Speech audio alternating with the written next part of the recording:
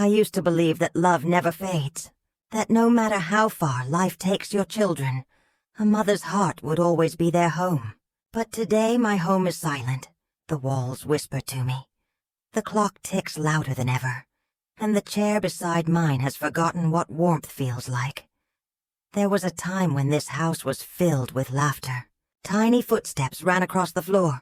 My sons used to fight over toys, and my daughter would hide behind the curtain, giggling when I pretended I couldn't find her. Every morning began with chaos. Burnt toast, spilled milk, someone missing a school bus, and every night ended with stories. Stories I made up to help them dream sweetly. Back then I was tired, but never lonely. I thought they'd always need me. I thought love would keep us close, even when they grew older. But life doesn't always keep its promises.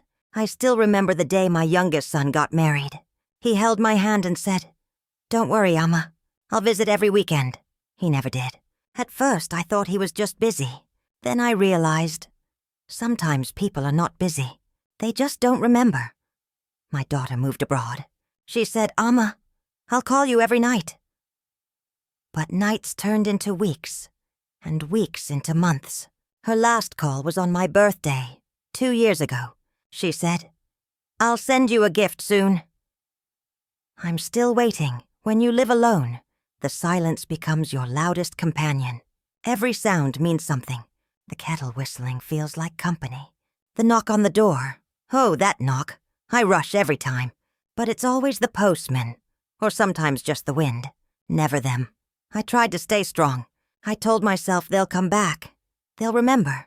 But every calendar I flipped, every festival that passed, made me realize they've built new lives, new homes, new families.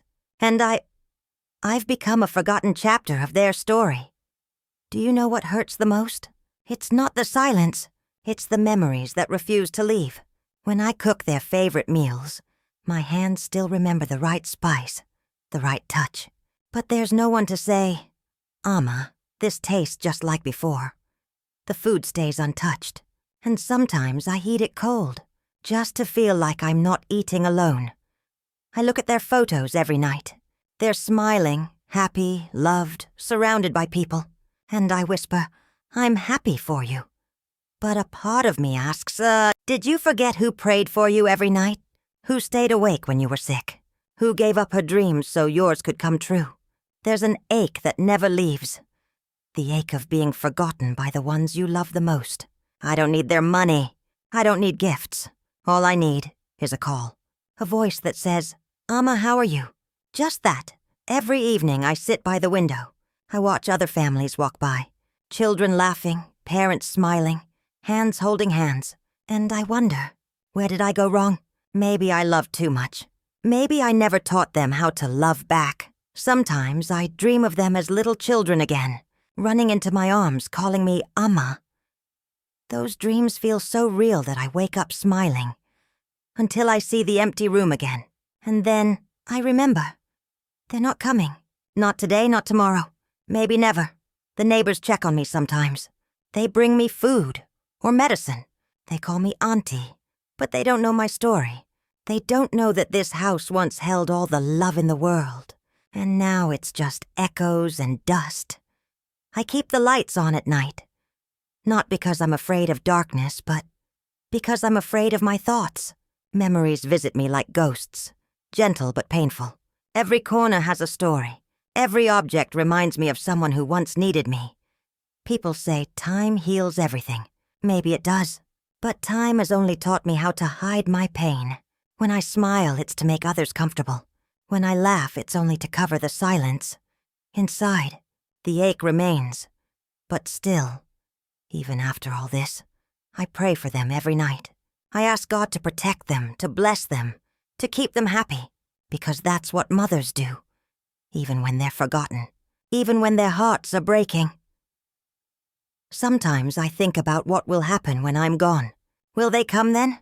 Will they stand beside my grave and cry? Will they say, "We should have called her"?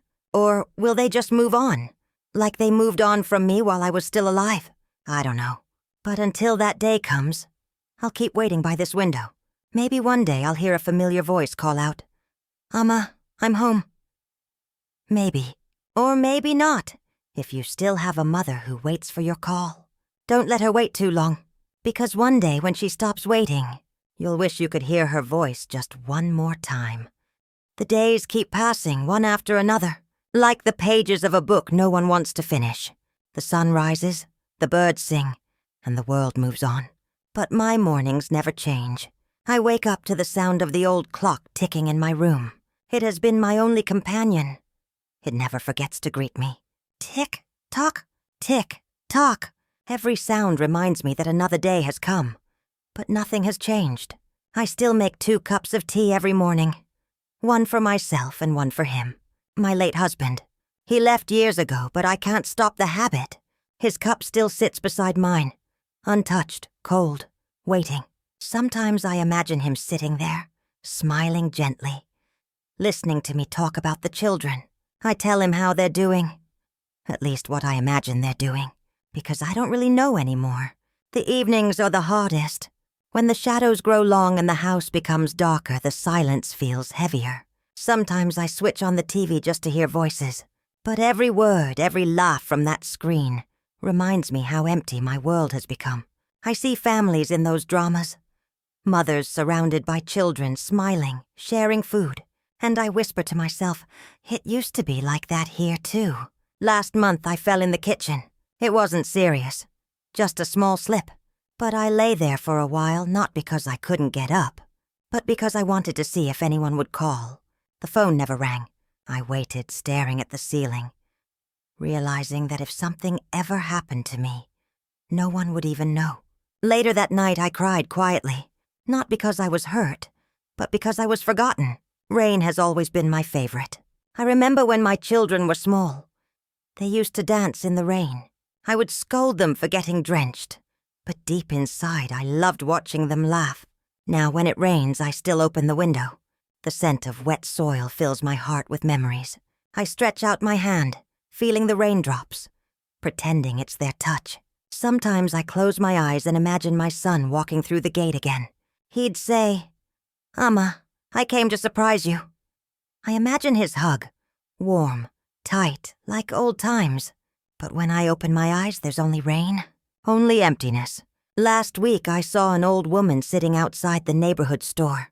Her son held her hand, helped her sit, and smiled at her. They were laughing about something. I stood there just watching, my eyes filled with tears. Not out of jealousy, but longing.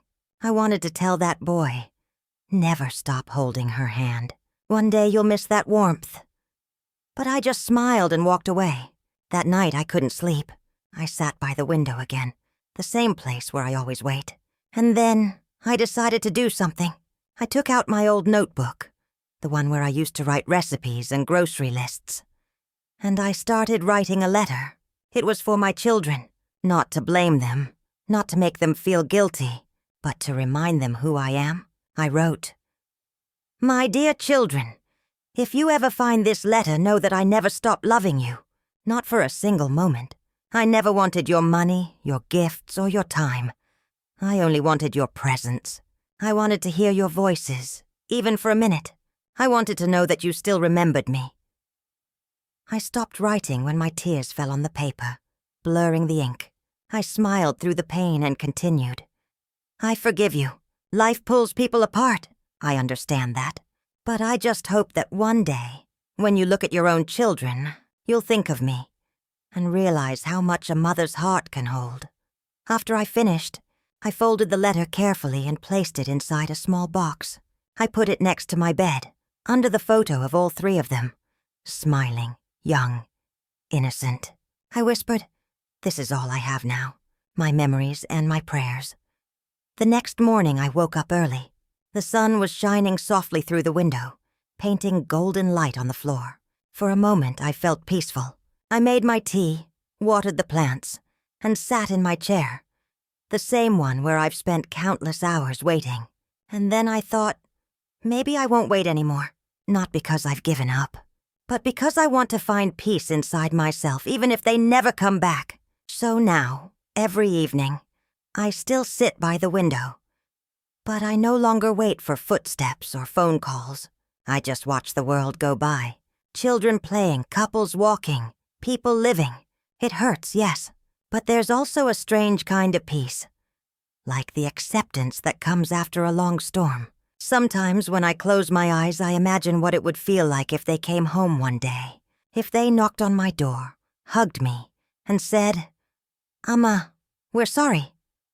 I would forgive them instantly, because mothers don't hold grudges. They only hold love, and if they never come, that's all right too, because love doesn't end when people leave. It just becomes quiet. Maybe one day they'll find this letter. Maybe they'll sit in this very room, read my words, and cry the tears I cried for years. Maybe they'll realize that sometimes love doesn't need to be seen or heard. It just needs to be remembered. Until then, this old heart will keep beating, softly, slowly, carrying their names with every breath. And when I finally meet their father again, I'll tell him, they're doing well, they're happy, and that's enough for me. If you have a mother waiting for you, don't let her turn into a memory before you remember her, because love fades only when forgotten.